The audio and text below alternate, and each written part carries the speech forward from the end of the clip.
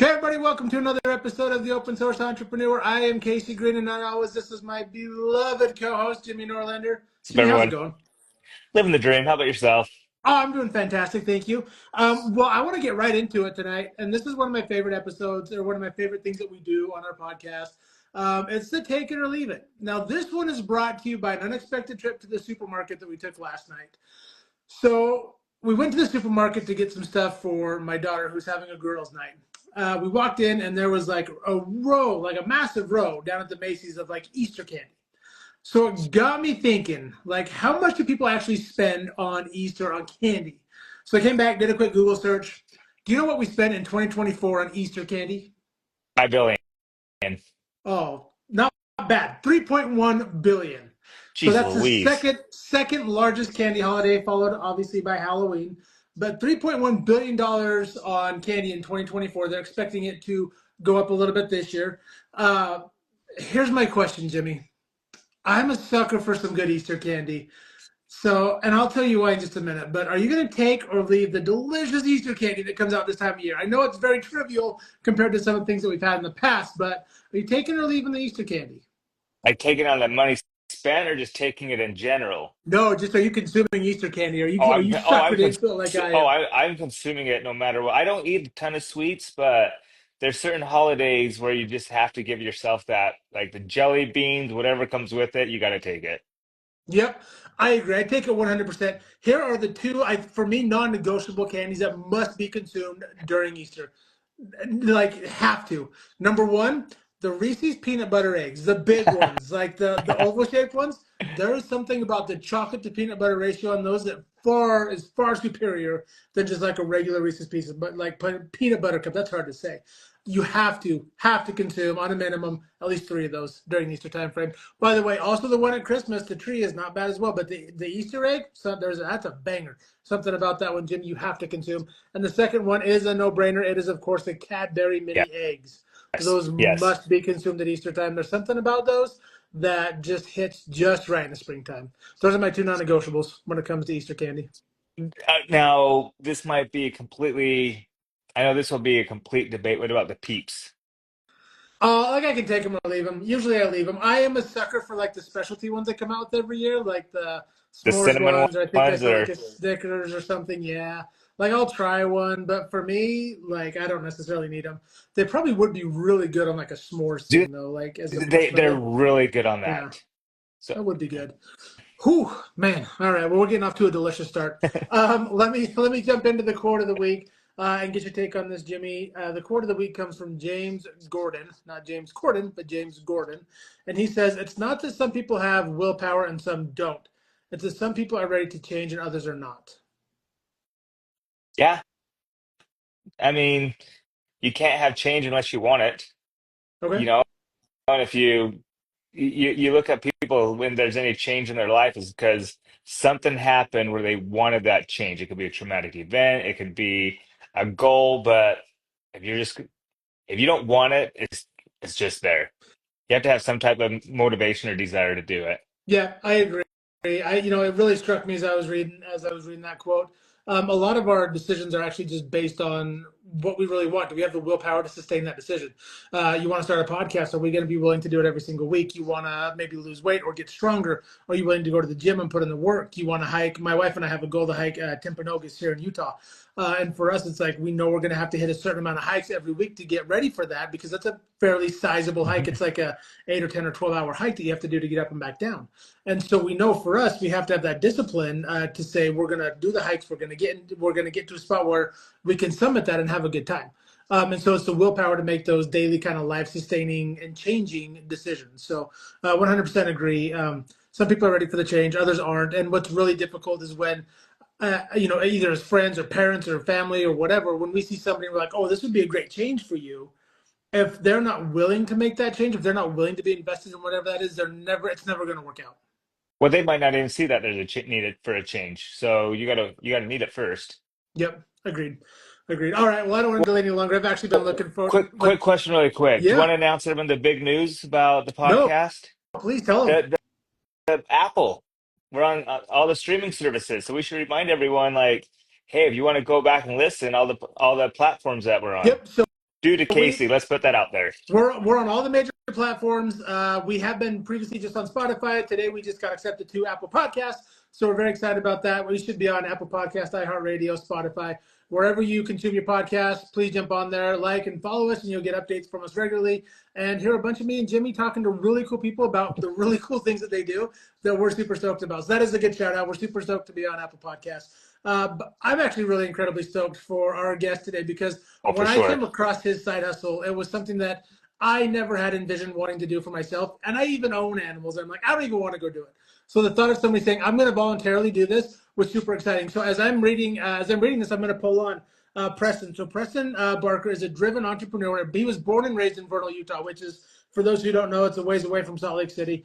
But he's now living in Saratoga Springs, so just the next town over from Jimmy and I. His wife, he's been married for about 10 years and he has 4 kids. He's the founder of Barker Scoopers, a growing pet waste removal company that turns dirty work into a clean business opportunity. Preston served a mission for the Church of Jesus Christ of Latter-day Saints in Sweden and brings a strong work ethic, creativity, and community focus to everything that he builds. Ladies and gentlemen, welcome to the stage, Preston Barker. Thank you. Preston, Come on, Preston. Thank thank you. you for How's it joining us going? tonight. Thank you. It's a pleasure. We're absolutely excited. When I came across your post, and this was just like a piece of advertising you had on Facebook. I came across it and I was like, I am super intrigued by this business model. I want to talk to Preston. I want to find out how he got into this and what's going on. And is it a legit side hustle or is it a full time like 9 to 5 type deal? And so we're really excited to have you with us. Couldn't be more thrilled to have entrepreneurs. We love people who are coming from the ground up and they're like, you know what, I see a need, I'm going to fill a need, right, and just get after it. And so, Preston, I think the burning question that I immediately had was, how did you get into the pet waste removal business? How did you get into picking up poop? Yeah, that's a common question for sure. I grew up on a farm, so stuff like this it doesn't really bother me too much. But we've pursued quite a few different businesses in the past, trying to find our niche and what we want to do. You know, we had an e-commerce business for a little bit, and I used to actually shoot prairie dogs for farmers. You know, I'm from Vernal, so that was a Yeah. big thing. And we had a few other things. My wife's an artist, and so anyways, I saw this a couple of videos about this, and I was like, that's really interesting. I think that'd be a really big thing. And so I did a bunch of research, and I talked to a lot of people that are successful at it, and we've had some good success. It's been great so far. Okay, so you're out here in Utah County. For those who are not from Utah, there's kind of like a couple massive counties. There's Salt Lake County, which is where like Salt Lake City is, and a handful of other big cities up there. And then we're in Utah County, which is where you have like your Provo and Orem and Lehigh. A lot of people have heard of Lehigh. Do you service all up and down kind of that Wasatch Front, or you just specifically in Utah County? Yeah, so Salt Lake County, Utah County, and then we also have some customers in Vernal, believe it or not, too. So, Okay, yeah, yeah, that's yep. a bit of a drive. It is. We go there pretty often. We have an Airbnb there as well, and so we go there pretty often. And so, anyways, that's what we do. It's been So good. So you use your Airbnb as a tax write-off then. You're like, you know There what? you I got go. to go Yeah, to yeah. work. We're just getting into the Airbnb, so I'm learning all that. So, well, yep. and what you're seeing already out of the gate, I mean, like I'm super intrigued, obviously, by the pet waste removal. But you're a serial entrepreneur, which is not an uncommon thing. There's as Jimmy and I are talking to entrepreneurs and being entrepreneurs ourselves, there's just an inherent drive that you have to say, you know, I don't necessarily want to work for somebody else. I want to take control of my life, make sure that I take control of my family, set my own schedule. And yes, it is certainly a grind, especially in the beginning. It's a grind to be an entrepreneur. It's a grind to grow a business. But what you're seeing is like Preston is already there. He's already saying, "Hey, listen, this is something that we're into, that we want to do," and so it's super fascinating. Um, the next obvious question that I think I have, besides like how did you get into it, is where does all the waste go? It's a good question. So a lot of people, we will put it in their own trash Okay, can. So we double bag it and just throw it in their trash can. It makes it really simple. Some people want us to take it with us, and we just charge a little extra for that. But most people are pretty chill with it. and ultimately you just put it in your own trash can. Yeah. Yeah. There you go. Just throw it in there. If I don't have too much, it's not too bad. I, But yeah, sometimes it can get a little bit much. I Have you love ever it. had people want to use it for like their garden or things like that? Like, hey, I want to recycle this for fertilizer. I mean, Yeah, so dog poop's a little different than like manure. You know, it's a lot more toxic. It's actually bad for the environment. It's bad for your grass. It kills your grass. It's not good to put in your dirt for plants. So, yeah, it's good to take it out. So, To get that out of there. yeah, Unless anybody has any crazy ideas to be like, let me just throw my dog poop up inside my flower bed. there you go. Not the same thing. You definitely don't want to do that. Yeah, When you run into people and they're like, hey, I'm so and so, I'd be like, hey, I'm Casey, I'm a director of marketing, and they're like, great, nice to meet you. You're like, hey, I'm Preston, I pick up poop. Right? Like how do people react to you when you tell them what you do? Are they as intrigued as I am, or they're like, well, that's kind of weird? Like, what's the general reaction you get from people when you tell them what you do? sure, sure. A lot of times I get like, "Are you sure? Like you're not half crazy?" Which we are, but Yeah. yeah. So you can say, I mean, instead of just picking up poop, we say like pet waste management. That's more professional, Oh, it sounds way better. professional. You I still have to know, drop in some poop stuff now yeah, and again, but yeah, totally pet waste yeah. removal. But if you want to get a laugh from people, you can say we have the crappy job, and we pick up poop, and so yeah, we do get the mixed reactions. But a lot of people have heard of this industry growing. It's a very fast growing industry right now. There's a lot of people that are starting businesses like this. And so it's really an interesting thing where, like you said, Casey, that a lot of people don't want to do it, Yeah. and so they pay someone like me to come pick it up. So it's good. Yeah, that is good. What is like? I'll just ask the hard questions right up front. Like, what is the cost of a service like this, and why do you think people are willing to pay that cost right now? Is it because we're becoming lazier? Because we're like, why are people? What do you normally hear from people when they're like, I want the service, and here's why I want it? Sure. Most of the time, it's just they don't want to, and they're busy people, and they have more of a priority on other things like their family or even hiking. I love hiking as well, so stuff like that. And so they pay us to come and do that. It kind of depends on what you're looking for, how many dogs you have, how often you want us to come. One-time cleans are more money because we're just going there once, but we try to get people on a reoccurring service once a week, once every 2 weeks, once a month, whatever. And I would say, one dog once a week, it's about $20 a week. So Okay. it's nothing crazy. I have a lot of people that love it, and they rave about it and tell their friends about it. And because it saves them a lot of time, and it's icky if you don't do it right. And so it's been good. Yeah. So there's obviously, we used to have two dogs, smaller dogs, so like small poops, which is great. Yeah. But are you strictly an exterior service, or like there's sometimes accidents inside the house? Like you guys probably don't mess with any of that, right? It's just an outside service. I haven't been asked to go inside. I don't know if I don't know if I mean, I you don't would. want that much poop inside your Yeah, house, no, right? But I'm like, like, no, yeah. So it's just been pretty much outside, and it's a lot of times people don't want, like, a lot of times people have gravel. They don't want to pick it out of their gravel. We have special tools for that, and so we save them, with that. But no, not some decks. Have a lot of waste on some decks that we have to clean off. But other than that, it's mostly grass and gravel. Do you yeah. do you find out when you get that initial phone call? It's like when people like organizers, where people call organizers when they look at their closet, whatever, and they think, "Holy crap, this thing has gone to like No pun I'm out of intended. control." Right, right. Do you feel like when people give you that initial phone call because they're looking out in their yard and they're like, "Oh my gosh, like this is a lot of Yeah. poop. Like I don't want to pick this up." Is that how you usually get your service started? Yeah, yeah. So I have a lot of people that will call for like a one-time clean because, like you said, I mean, wintertime it catches up, but a lot of Oh, people don't realize yes. it's easier to pick up in the wintertime than it is in anywhere any other time because it's frozen. It just flips right in. It's not a big deal. But yeah, so we'll get like a one-time clean, and then I'll kind of give them a rundown of the prices. And a lot of times it's a good enough deal that they want us to come back. Or I had a lady just today, actually. She was like, "Can you?" It was a one-time clean, and then she wants me to come back on a regular basis now. And so I'm like, "Okay, cool. Yeah, it's saving people." So let me ask you Or, this. So with the, sorry, Casey, with sure.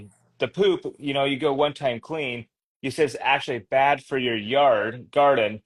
So on the yard, how long should it be on the grass before you pick it up, and how fast, like how much damage and how fast damage can it do if you don't pick it up? And Yeah, what type of damage? sure. So it'll definitely kill your grass. Like dog pee. That's similar idea. It's just it does take a little bit longer than the urine does.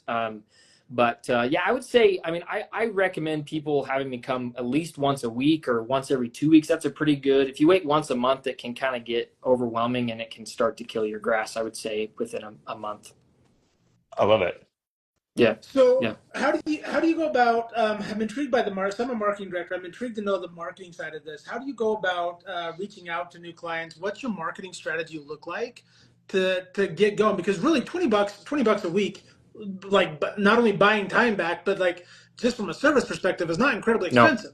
And so how do you market to people? And how do you make that such a valuable service where they're like, yeah, $20 a week, come on out? sure. Sure. A lot of it right now is Facebook. So Okay. we do ads on Facebook, and then we also do like free marketing on like yard sale pages or different business networking pages. That's been the best so far. A lot of times it's word of mouth too. They're like, "Ah, my neighbor needs you over here," and I'll go talk to the neighbor, and they're pretty excited about it. We do yard signs and stuff when we do like the first Okay. clean. I'm thinking about doing like a billboard, a few other things like some service projects, maybe to kind of get more awareness as well. Yeah, so there's obviously a variety of ways in which you can do that, but word of mouth obviously is a very strong, Yeah, like a referral is one of the best clients you can yeah, get. But then there's obviously some grassroots movements you can do. I love the idea of having a yeah, yard sign where you're like, hey, we're out here picking up poop, right? It probably yeah, takes you, on average, how long per yard does it take you? I mean, let's assume they've got one or two dogs. yeah. It's probably a smallish yard. I would say if it's the first clean, it takes longer. But if it's like we've been there regularly, probably 20 minutes, 30 minutes. And is this normally a service? So I have people that come spray my grass for like weed control and things like that. They just show up and spray and leave. Are you kind of the same way in your service? You don't need to bother the homeowner. You're just in and Yeah, out. it just depends. Some people want me to knock on the door to like bring their dogs in because the dogs are out all the time. Oh, sure. Other people, they don't want me to bother, so I just go in the gate, I do my thing, and then I close the gate, take a picture of the gate, just so they know that like I closed the gate, Yeah. and then I just go on my way. Have you had So any run-ins with dogs? that's what Uh, I was going to ask. How yeah, many times you've been bit or jumped the no, no, fence? no bites. I've been around dogs my whole life, and so I feel like I know. And we used to train dogs a little bit when I was Okay. younger, so I'm not like a professional, but I know kind of a few things to kind of protect myself and kind of watch out. But no, I've had a few dogs that get a little aggressive and don't like me being there, but once I kind of hang out for a little bit, they're like, he's just picking up my Yeah. surprises. So he's grateful, I think. So Nice surprise. I love that. What does an average workday look like for you? I mean, is this like the full-time 9 to 5 for you, or are you doing a 9 to 5 and this is a side hustle for you? yeah, so I have a job right now, and then I do this as a side hustle on the side. So like for example, my wife helps me a lot with this too. We have a couple commercial clients as well, so like apartment complexes, stuff like that. We have a training center that they train dogs and have a few different things like a vet clinic and stuff. And so we have a sanitizer and a deodorizer that Okay. we spray on like turf and stuff. So she does that during the day when I'm not available. And then a lot of times I'll take an hour or two every night and just kind of either network or I'll have scoops that I go do. Okay. Yep. That makes sense. Are you hoping that this eventually goes into your full-time gig? Absolutely. Absolutely. So, Yeah. So so it's you've only been married for 10 years. You have four little kiddos, right? Yep. Four kids. Yep. So is this something that you're hoping like, man, I want to build this so they begin to learn work ethic, or are you already seeing them because you're a good example of such a good work ethic, saying like, okay, I see the opportunities here. Are they still too young for that? So my oldest is 8. Okay. So he's just starting to catch on to things a little bit. In fact, today I sent him, or my wife showed him that reel or the introduction, and he was like, "Oh my gosh, Dad, you're famous," or whatever. I'm like, I love it. it was funny, but yeah. So I would like to definitely grow it. I want to be. We want to be the biggest in Utah and keep growing. I want to create a really big business from it. Yeah. So right now it's you and your wife. Yep. Anybody else Yep. that you're looking Nope. like? When do you believe? Do you have? I guess this is a question. What's the growth pattern look like for you? And are you and in the back of your brain, you're like, okay, this is the moment where I'm going to bring on somebody else. This is the moment where I'm going to bring on somebody else. Do you kind of have that mapped out? And what does that look like for you? Yeah. Yeah. That's a good question. So I would say when we have about 30 to 50 plus consistent customers is when I'll have to either hire someone or quit my job, because that's going to create a lot of also income, but time to be able to take to do all those. So I would say when we get to that, around that point, I'll have another scooper do that, and then I can focus on marketing more and networking and stuff, because I'm really wanting to focus on, well, residential is great too, but commercial I think is going to be a big thing, because a lot of people, a lot of apartment complexes, HOAs, they're really turning from maintenance people, which have 30 other jobs, and poop scooping is at the very Yeah. bottom, to hiring someone like me that will, come by twice a week, 3 times a week, whatever they want, fill up the bags, the stations, all of that. And so that's kind of our focus, is growing into that. Once I get, a few more of those, that'll really take off as well. And we can just keep scaling that way. Do you know, I Yeah. was So thinking what? about that right before you said that is, those big old HOA buildings where, people there's green space where kids are supposed to go play, but Yep. there's so many dog owners that they let their dog go, do their messes, call them in, they don't clean it themselves. Yep. And so that's an amazing market strategy. Because I think about when my wife and I got married, had a condo, couldn't even go outside because everyone's dogs would do their number two and then go back in. So Yeah. that's a golden mine, I bet. Yeah. It's been good so far. I've noticed that there's it's a new thing, right? There's a lot of people that don't realize that that I will actually save them time and money, and I'll do a way better job.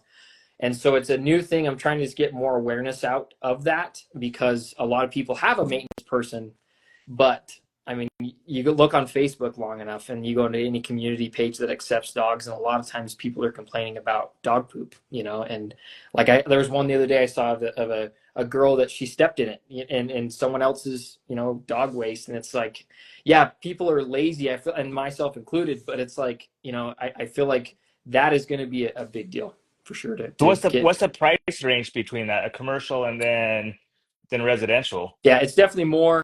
It depends on the square footage. So it essentially turns into an hourly rate with a commercial. It's like, okay, how long is it going to take me to do all of this, and then you just charge accordingly. Yep. Love it. So I anticipate that like some really cool grassroots movements would do like be you hanging outside of like dog parks, right, with like a sticker on the back of the truck or something, and like just like hand out flyers to people like, hey, let me come pick up your waste, right? Yeah. Like just hang out there and see what Yeah. happens. Um, No, seriously, that's seriously. that's really cool. What do you think about, and how do you encourage people when they say, "Hey, listen, I have kind of a unique idea, and not necessarily your idea, because your idea is kind of unique and it's niche, right? To pick up dog poop." How do you encourage other people who are also kind of small businesses getting going, and they're in a niche industry? How do you encourage them, or do you get the chance to encourage them to say, "Just keep going, it's worth it"? Yeah, that's a great question. I could definitely say that I get chances like that sometimes, because I mean there's all kinds of entrepreneurs around, and I think we all need the most encouragement we can get, just because we're kind of a select breed. Not that we're better, it's just different. We just do different things. We solve different problems, and so yeah, it's definitely a goal of mine to be able to help others when I can. I would love to be able to be as influential as I can to someone, because I know I'm a car guy. I love cars, and I know, like, when I was a kid, when an older guy had a car and he would let me sit in it, and Yep. I love cars, and so that's my goal. I try whenever, like, some young kids are doing like a lemonade stand, I try to stop and buy something, because it's that we need more of that. I feel like in our society, having more entrepreneurs. And let me jump into this, because that's a common theme that Jimmy and I see frequently with entrepreneurs, is the desire to give back. And so how have you seen giving back influence your business? Because what we've seen is that almost always comes back, 5 or 10 or 20 fold when we go out and we give back, whether we're just giving information, whether we stop and support a small lemonade stand, even being able to help people advertise or market or make collaborations. Yeah. Talk to us about the importance of giving back in your business. Oh, absolutely. I feel like that's probably the most important thing that you could do, because if you're not willing to give, you will not receive. It's weird how that works, but I always think of John Maxwell. I'm sure you're familiar with John Maxwell. He Yeah. is such a giver. I mean, he gives everything, all the information he can, and it's amazing what comes back to him, And so I think that's a number one rule, is just give, and love people. Yeah, I agree. It's one of those things that giving to people and working on people is always worth the effort. It's just always worth the Yeah. effort. What's next for for the scoopers? Like, are you guys looking at other pet services, or you're like, nope, we're just going to pull like an In-N-Out or a Chick-fil-A and just go all in on this service? That's a great question. I think that I want to get this to where whenever someone thinks of a pooper scooper in Utah, they think of us. I mean, I feel like we have the perfect last name You do for it. it, first of all. And Indeed. I'm like, this is perfect. So I think definitely growing that to the point where we're all over Utah and maybe, surrounding areas for sure. And then I could see myself branching into other service businesses, but I'd like to get this one pretty big first. Get this one up and Yeah. going. Talk to me a little bit about, obviously you're doing a great job of branding yourself. You got it on your shirt. Talk to me about your branding. How did that come about? How did you decide on it? Walk us through that journey, what that looked like. Because a lot of entrepreneurs, and this is another, yeah, walk through that first, but then I have a very important question after that. Okay. Don't forget. Yeah, I like with the logo, for example, like I have, my wife's very artistic, and I have a sister-in-law that is very artistic as well. And so they helped us kind of create the logo. Obviously the name was there, so that was pretty easy to kind of put together. And then I don't know, this is just something that I've done myself. I don't know if that's the right way to do it, but I've just been sticking to that. We have a couple stickers on my truck, to like advertise that way, and just staying the same as much as we can, and sharing that with as many people as we can, being consistent, posting on social media, and just, we have a website that's really been good. A lot of people like that. And so just staying consistent and really not being ashamed. I feel like a lot of people are ashamed, like, oh, I don't know, I don't want to bug people. It's like, no, it's your business. Like, share with people, there's nothing wrong with that. So that's been really helpful to us. That is super helpful. Jimmy and I are huge proponents of social media. We love it. Obviously, we're hosting our podcast live on social media, and then we chop it up and put it all over the place. So it's an integral part of our business. How do you continue to make posting about poop exciting? Well, believe it or not, you've got to surround yourself with people that are more successful than you. I feel like that's rule number one of success. And so I just follow the big boys, that what they do.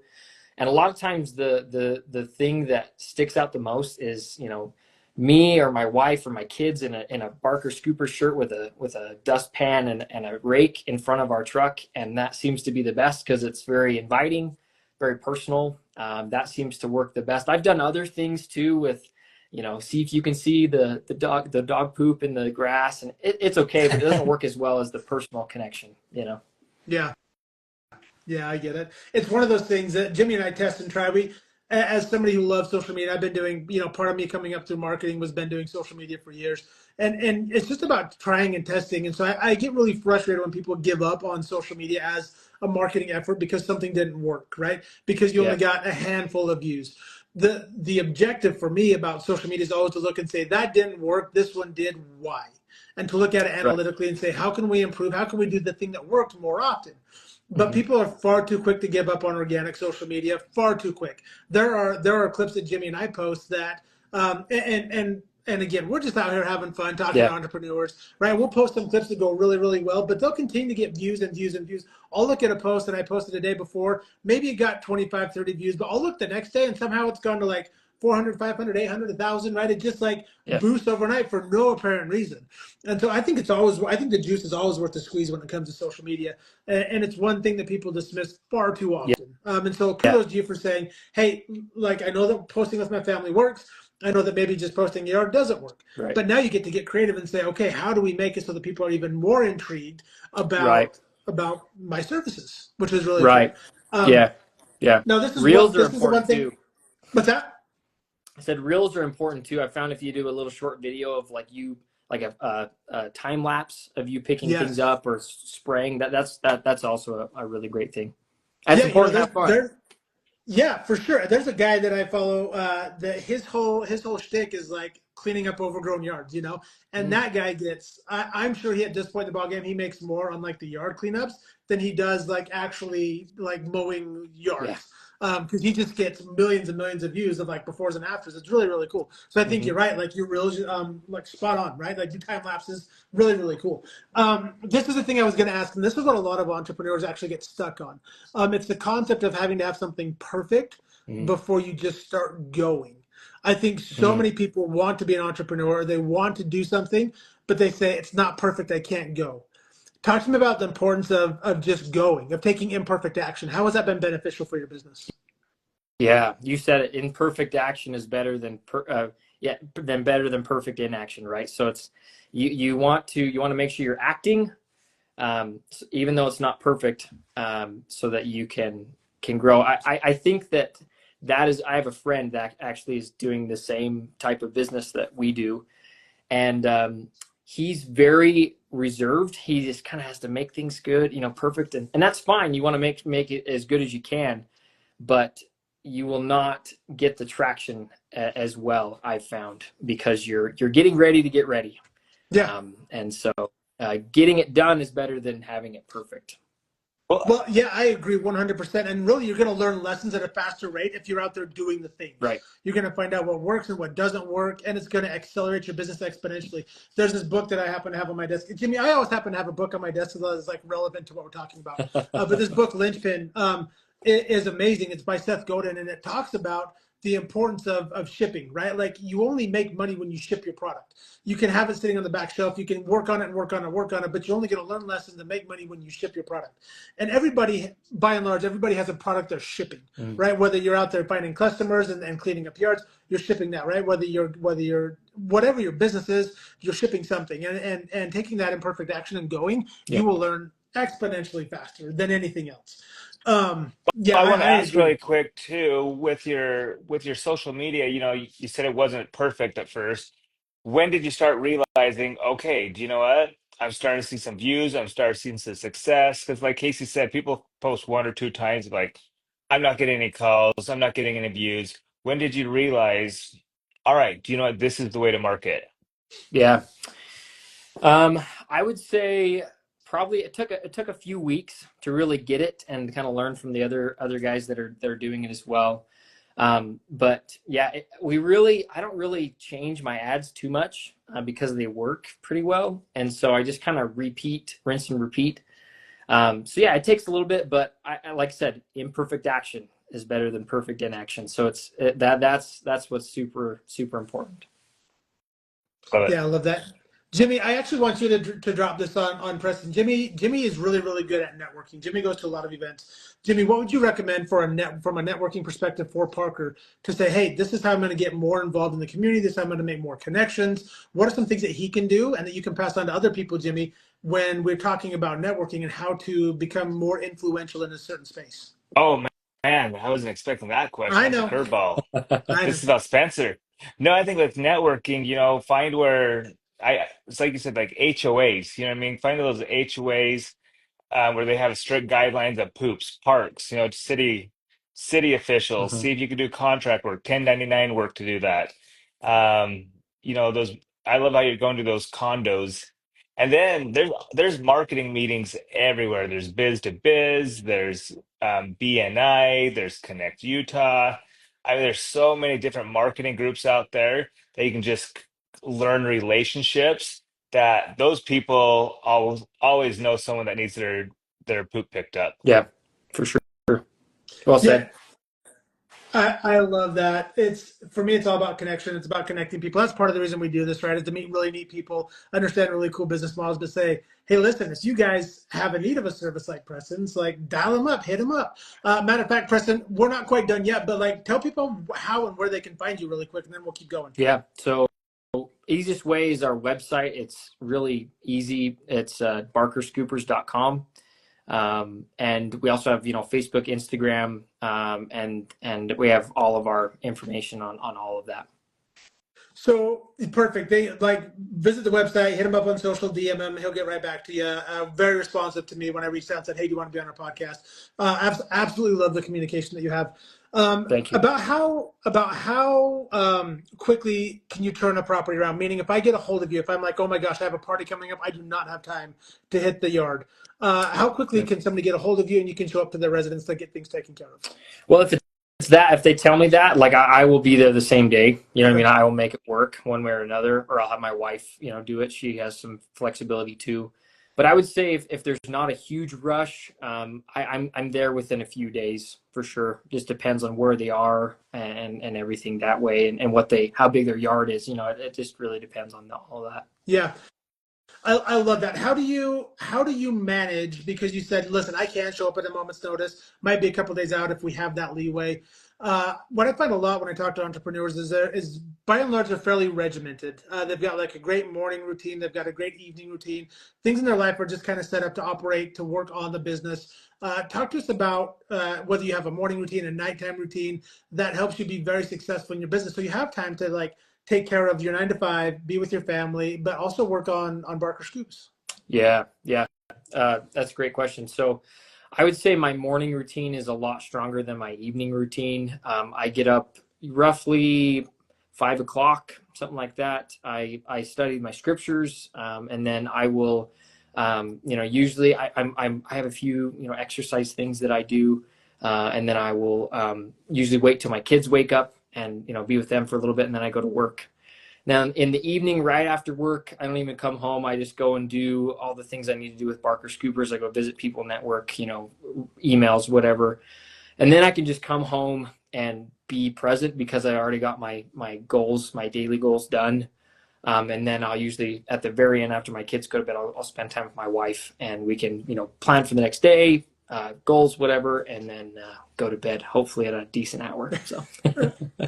As an entrepreneur, it is always very difficult, or can be very difficult, to be present, to be in the moment with whatever you're doing. How do you balance, say, because I know there's a lot of things probably running through your mind Yeah. On a daily basis. How do you prioritize being present to make sure that you're Yeah. giving everybody what they need from Yeah. you? That's something I've had to work on a lot, because I'm like an OCD. Like, I just go all out for something and I forget other stuff a lot of times. So I've found, for me, like, I have to get my stuff done before I go home, or I'll be lazy and don't want to do anything.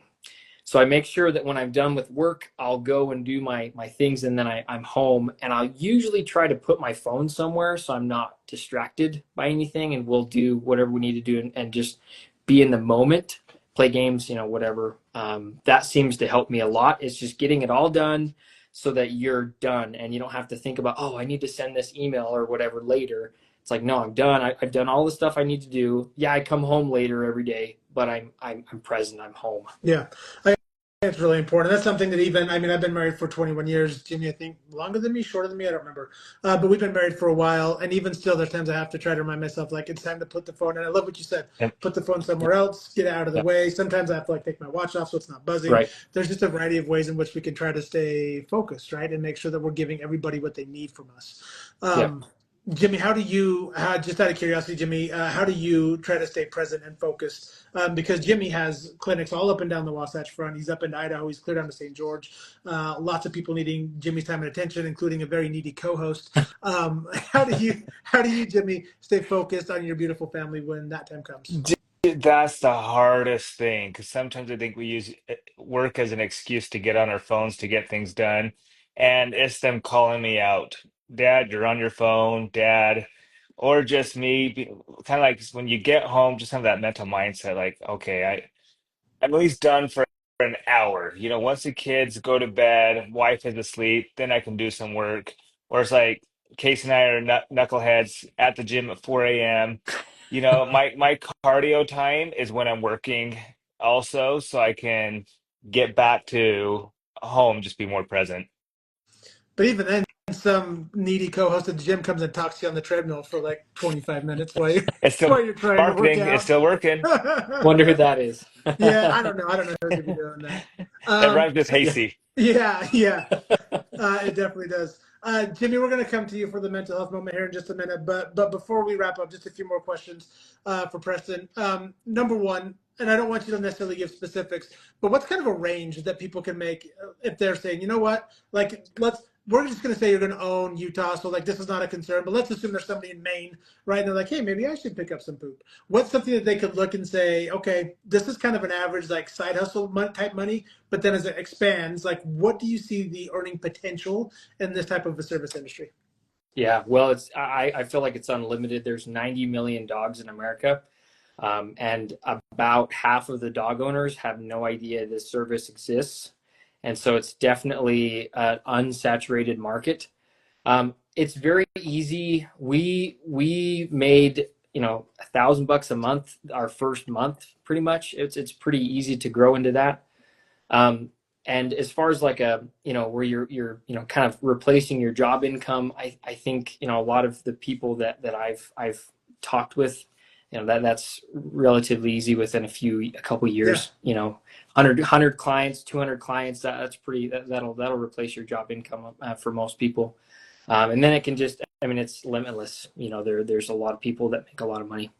Yeah, talk to me about what scaling looks like for you, because it that's always a tricky thing that entrepreneurs go through, right? When do you scale? How do you scale? There are businesses we've seen get too big too fast. Yeah. You guys are both kind of young, but like Lovesac, when I was growing up, got too big too fast, found Oh yeah, bankruptcy. sure.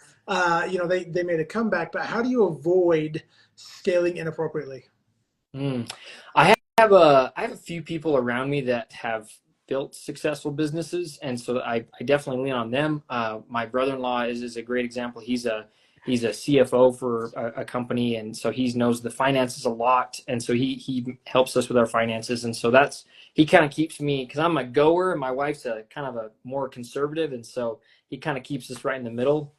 But yeah, I think that for me, you want to have that balance where you're spending money to make money, but you're still saving money. I think that's a hard balance to Yeah. to find. But once you find that, just keep going. Just keep going. Yeah, you mentioned something really important. You had a brother-in-law who's helping you with the financial side of things.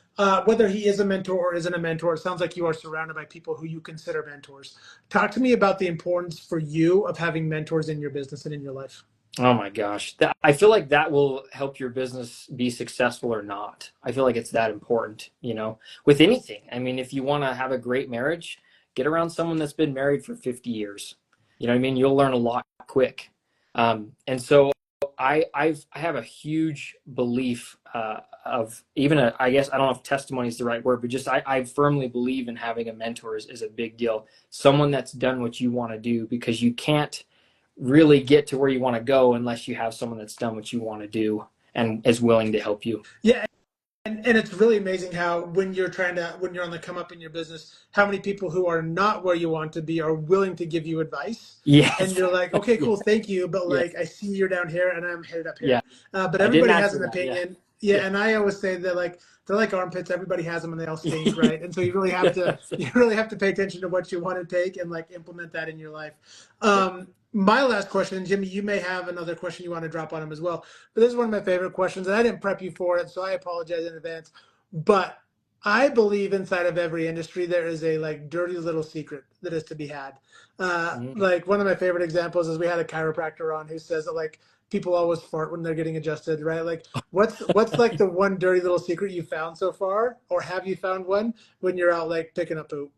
Well, there's dirty secrets everywhere. That those are the ones I pick Yep. up. Um, so I think it's interesting for me how there's different types of people.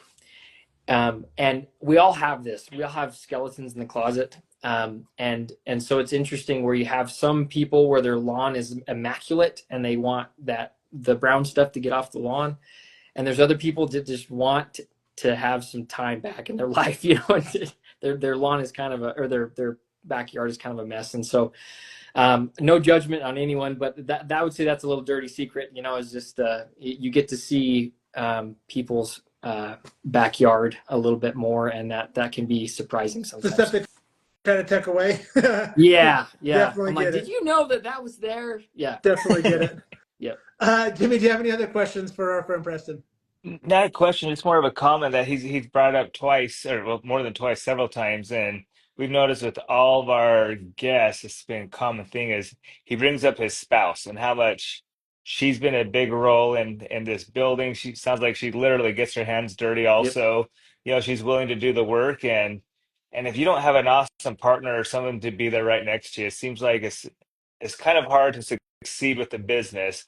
And so he's brought her up three or four times, and I think Yeah. she needs to be recognized on that part. Yeah, Kelsey is amazing. She believes in me and us and what we do, and I think that is super super Yeah. critical. Absolutely, thank you, Jimmy. Especially where you're taking time away from the family, Yeah, right? Having her by your side saying, okay, I understand we're in a season of sprinting, right. and it won't always be this way, but for now it is. And I totally get and understand, especially Yeah, with the four littles. So, yes, massive congrats. And thank you to Kelsey for letting Preston spread his wings and like bring something really cool into this world and create that. Preston, it's been an absolute joy to have you. One more time, where can people find you if they want your services? BarkerScoopers.com, Facebook, Instagram. Those are the best ones. Okay, perfect. Thank you so much for being with us. Stick around with us. We always wrap up with one of my favorite segments. Jimmy, give us a mental health moment brought to us by Desert Counseling. So kind of go with that, just like we clean up our pets, it's important that we clean up after our thoughts. Take a few minutes each day, check in with your mind, notice on any mental messes that you might have. Gently shift your focus to something more grounding, more positive, because a little bit of mental cleanup, just like, with the pooping, scooping, it can go a long ways. Love Well it. said.